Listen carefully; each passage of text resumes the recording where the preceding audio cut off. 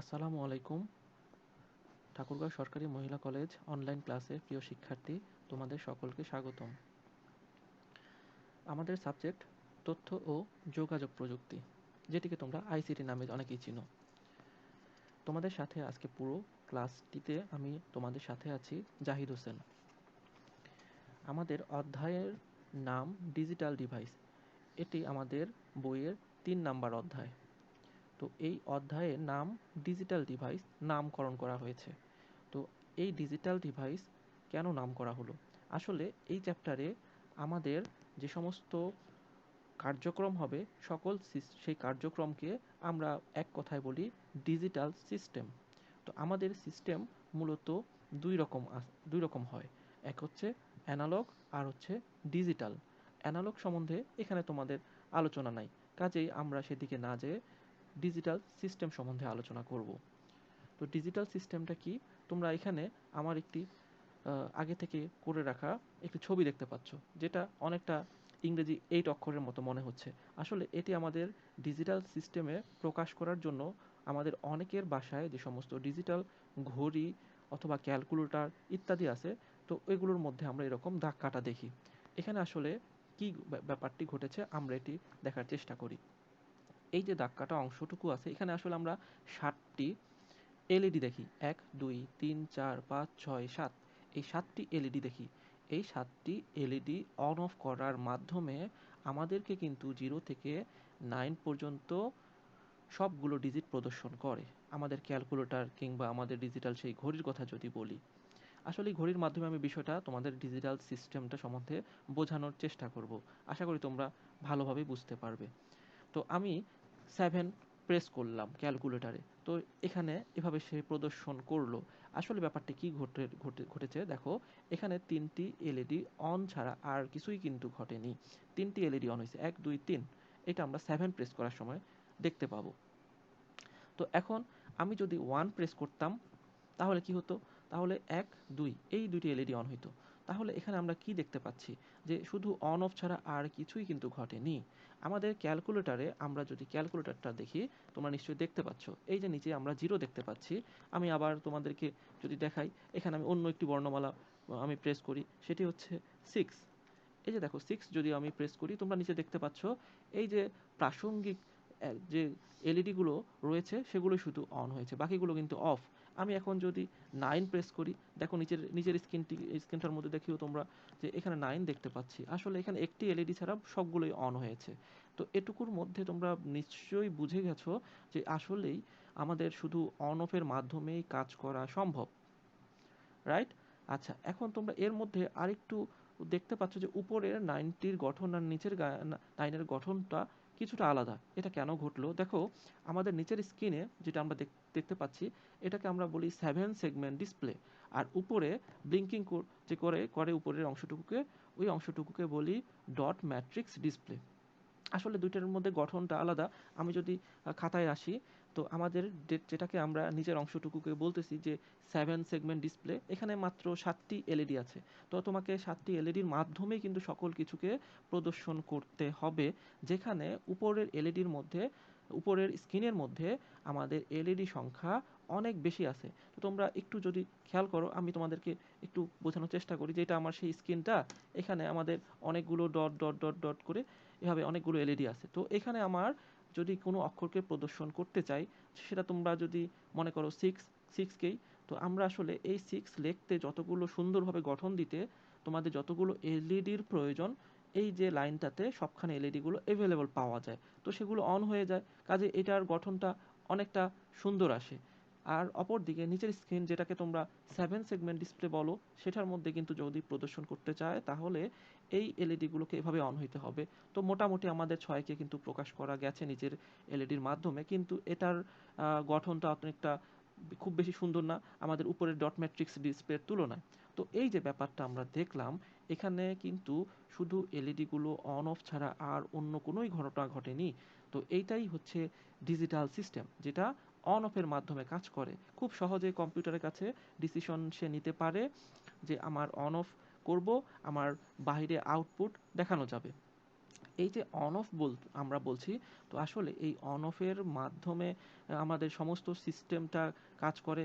এই জন্য আমাদের যে ডিভাইসটা তৈরি করি আমরা, সেটাকে আমরা বলতেছি ডিজিটাল ডিভাইস। আচ্ছা, এখানে অ্যানালগ ডিভাইস আমরা কিন্তু অনেকেই ব্যবহার করি। আমরা তো যদি এই যে আমার একটা ঘড়িটি তোমাকে যদি দেখাই, এটি কাঁটাযুক্ত ঘড়ি। এখানে কিন্তু দুইটির অনেক বেশি পরিমাণ অবস্থা বা স্টেট থাকে। যে আমরা দেখি যে 60 সেকেন্ডে 1 মিনিট, আমাদের কিন্তু একটা খাঁজ কাটা, ওখানে যদি তোমরা দেখো, অনেকেই ঘড়িগুলো ছোটোবেলা দেখছো, এরকম খাঁজ কাটা অনেকগুলো জিনিস থাকে। তো প্রত্যেকটা অংশে একটা করে যখন ঘুরে, তখন এক একটা সেকেন্ড আমরা কাউন্ট করি। তো এখানে আমার চিত্রটা খুব বেশি ভালো হয়নি। এই প্রত্যেকটা খাঁজ দেখো, এখানে অনেকগুলো খাঁজ রয়েছে, মানে আমরা যেখানে অন অফ মাত্র দুইটি অবস্থা বলি, এখানে কিন্তু খাঁজের সংখ্যা অনেক বেশি। দ্যাট মিন্স এটাকে আমরা বলতে পারি এখানে অবস্থার সংখ্যা অনেক বেশি। তো এই যে আমাদের যে কোনো ডিভাইসের ক্ষেত্রে শুধু দুইটি অবস্থা নিয়ে কাজ করা কিন্তু আমাদের বেশি সহজ। এজন্যই আমাদের ব্যবহারিক কাজে আমরা অধিকাংশই ডিজিটাল ডিভাইস বা ডিজিটাল সিস্টেম ব্যবহার করি। অ্যানালগ সিস্টেমগুলোতে অনেক বেশি পরিমাণ কাজ করতে হয়, অনেক বেশি পরিমাণ বিদ্যুতের দরকার পড়ে। এবার আসো, একটা জিনিস আমরা বলবো, এই যে অন অফ বলছি, তো এই অন অফকে আমরা এভাবে না বলে একটু যদি আমরা চিন্তা করি যে সহজ করে যদি বলা যেত, তাহলে খুব বোধহয় ভালো হতো। তো এখন আমরা চিন্তা করি যে আসলে আমাদের অন অফ এই দুইটি মাত্র অবস্থাকে কিভাবে সংক্ষিপ্ত রূপে ডাকা যায়।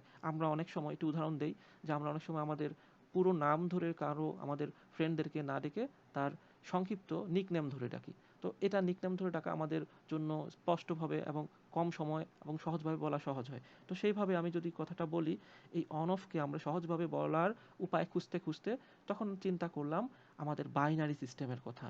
বাইনারি সিস্টেম আমাদের অনেকেই জানি, যেখানে দুটি মাত্র ডিজিট আমাদের রয়েছে, 1 এবং 0। এই 1-0কে আমরা এই জায়গায় ব্যবহার করব কিভাবে? 1কে আমরা আসলে অন হিসেবে এবং 0কে অফ হিসেবে ব্যবহার করব। তাহলে আমাদের বলার জন্য খুবই সুবিধাজনক একটা অবস্থা থাকবে। তো আমাদের এই চ্যাপ্টারে 1-0 আমরা ব্যবহার করব। তোমরা এটাকে কিন্তু সংখ্যা পদ্ধতির 1-0 বা ডিজিট হিসেবে মনে করবে না। এটিকে মনে করবে যে এটি আসলে আমাদের অন অবস্থা বোঝাচ্ছে, জিরোটা আমাদের অফ অবস্থা বোঝাবে। তো এটি আমি আরও স্ল্যাশ দিয়ে আরও কতগুলো কথা লিখেছি। এগুলো আসলে বোঝায় যে এগুলো সমার্থক শব্দ। দ্যাট মিন্স তোমরা বাংলায় যখন পড়ো সমার্থক শব্দ, অনেক সময় আমরা এটাকে বলি এরকম করে যে এটা ট্রু। আসলে ট্রু বলতে আমরা আসলে ওয়ানকেই ইন্ডিকেট করতেছি। তো তোমরা এইভাবে বুঝে নিবে যে ট্রু, ইয়েস বলতে আসলে আমি ওয়ানকেই বুঝাচ্ছি বা অনকে বুঝাচ্ছি। এখানে আবার ফলস, নো ইত্যাদি বলতে আমি জিরোকেই বুঝাচ্ছি। আচ্ছা, এখন এই যে আমরা একটা দেখতে পেলাম যে এখানে আমাদের এলইডিগুলো অন অফ করতে হবে। অন অফ করার জন্য কিন্তু আমাদের একটা ভোল্টেজ দরকার। এই ভোল্টেজটা কি পরিমাণ দরকার? আমরা কি 10 ভোল্ট, 20 ভোল্ট, 220 ভোল্ট দিব? না, আমাদের ডিজিটাল সিস্টেমগুলোতে খুবই কম পরিমাণ ভোল্টেজ প্রয়োজন হয় এবং একটা লিমিটেড পর্যায়ে। এটা কিন্তু আমাদেরকে মেনে নিতে হবে। এর থেকে বেশি কম করা যাবে না। সেই ভোল্টেজ লেভেলটা কত?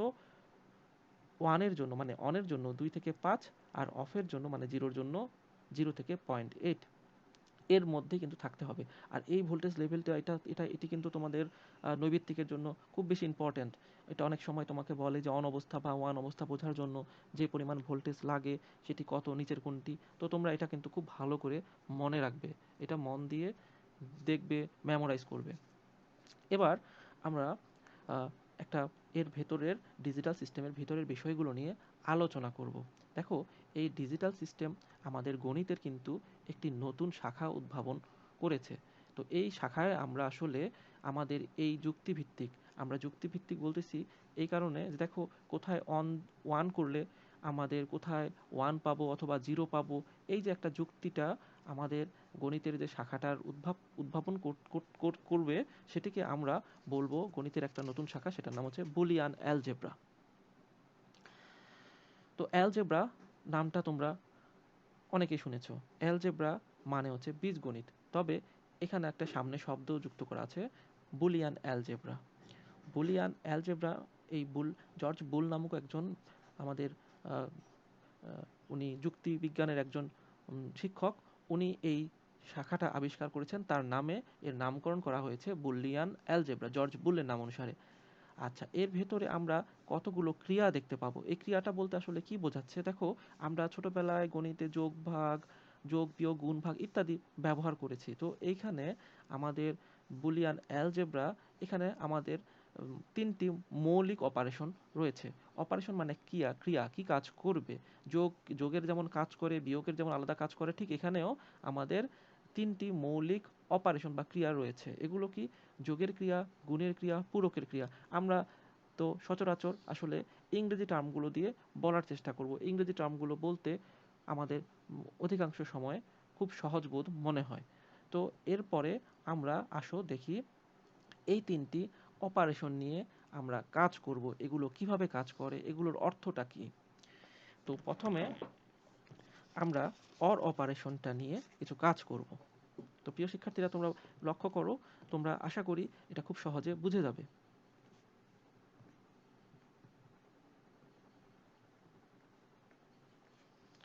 অর অপারেশন, তো এটি বোঝার জন্য আমাদের একটি চিত্র আঁকবো।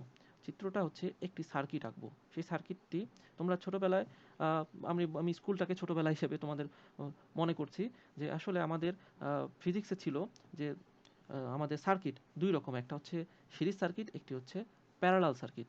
তো আমরা এখানে একটি প্যারালাল সার্কিট আঁকবো।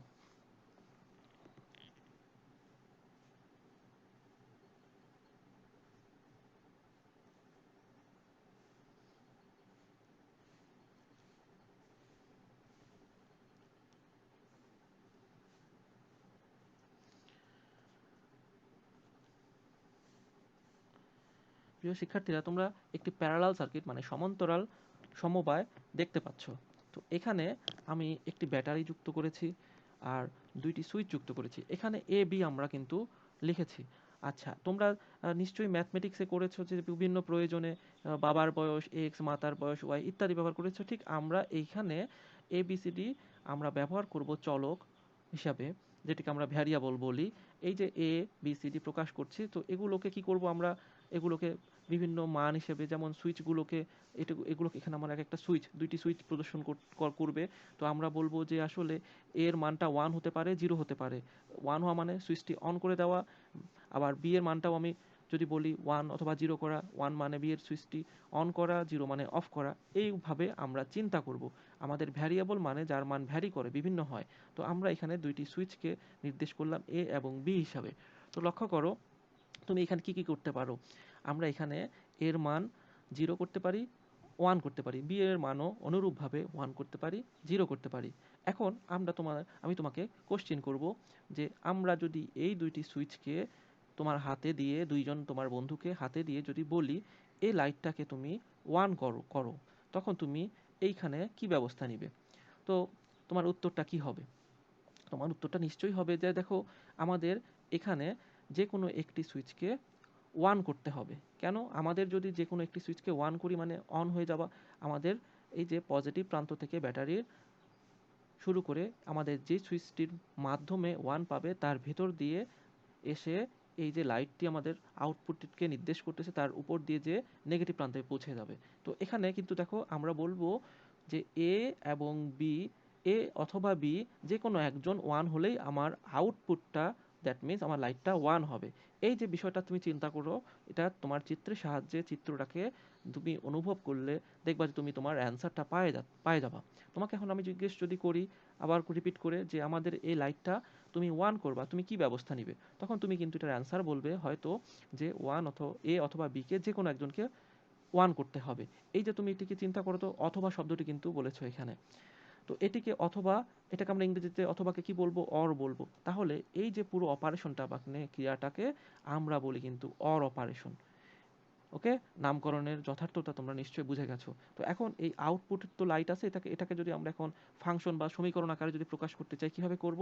আমার এই অর অপারেশনের জন্য যে চিহ্নটা প্রকাশ করা হয় সেটি হচ্ছে, আমরা আগে ম্যাথমেটিক্সে যেটিকে প্লাস চিহ্ন দেখতাম, এখানে কিন্তু এটিকে প্লাস আমরা বলবো না, এখানে এই চিহ্নটিকে আমরা বলবো হচ্ছে অর। তো অনেক সময় আমরা বোঝার স্বার্থে বা কথা কথা বলার স্বার্থে এটাকে আমরা অনেক সময় প্লাস বলে দিব, কিন্তু আসলে প্রকৃতপক্ষে এটা বুঝবা, এটা মানে কিন্তু অর বোঝাচ্ছে। ওকে, আমরা এটাকে ইকুয়েশন আকারে লিখি। এটা হবে এ অর বি। ওকে? আচ্ছা। এখন তুমি তো কিছুক্ষণ আগে বলেছো যে A অথবা B যেকোনো একজনকে 1 করলেই আমি আউটপুট 1 হবে। এখন আমরা একটা জিনিস দেখব, সেটাকে আমরা বলব ট্রুথ টেবল। বাংলায় যেটিকে বলে সত্যক সারণী।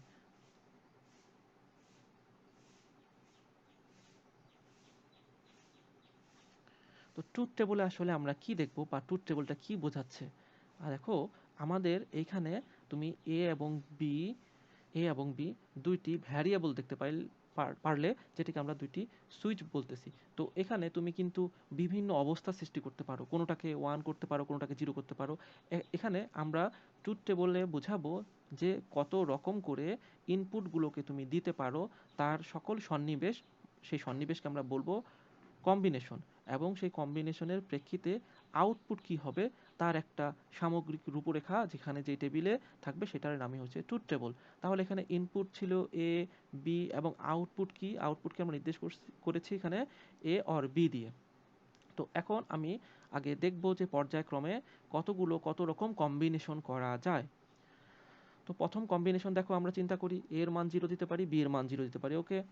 তো এটি যদি করি তাহলে আমাদের লাইটটি কিন্তু অফ থাকবে। এই অফকে কিন্তু আমরা এই যে 0 দ্বারা প্রকাশ করেছি।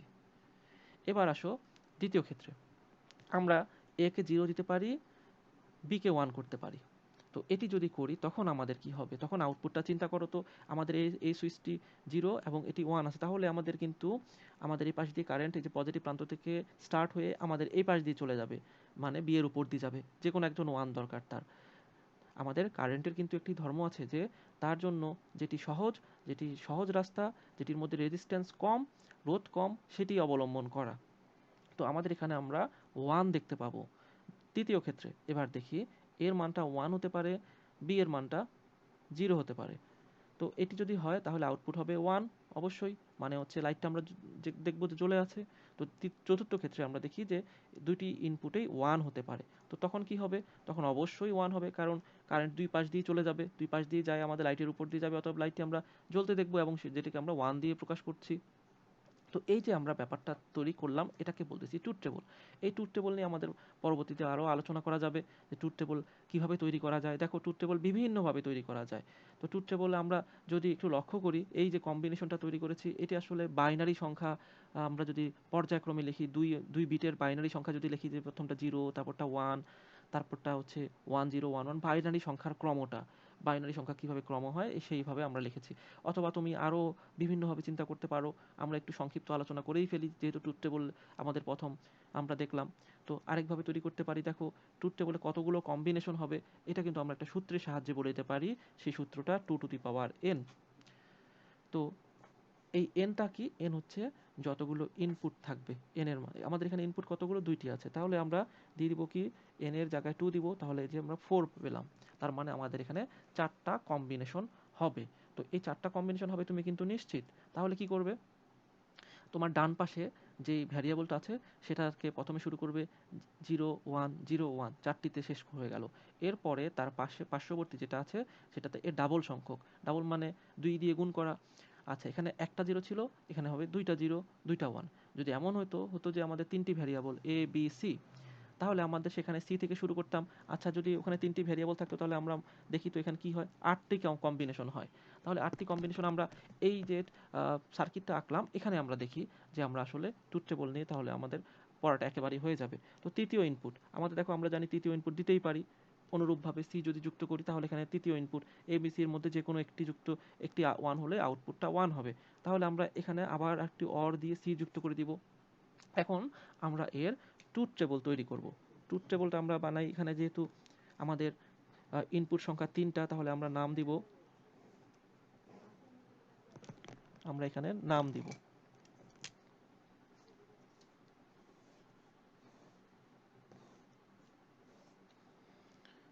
এ, বি এবং সি।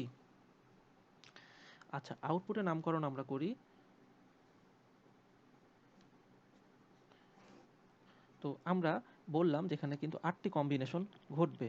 তো 8টি কম্বিনেশনকে আমরা এখন লিখব। তাহলে আমরা কি বলেছি যে 8টি কম্বিনেশন হবে, প্রথমটা ডান পাশ থেকে শুরু করতে হবে সি থেকে। তাহলে এই যে একটা 0 একটা 1, একটা 0 একটা 1, 0 1 0 1, আমাদের কিন্তু 8টি কম্বিনেশন হয়ে গেছে। এখন আমরা এর পরে যাব দ্বিগুণ সংখ্যক, তাহলে কত হবে? 2টা 0 2টা 1,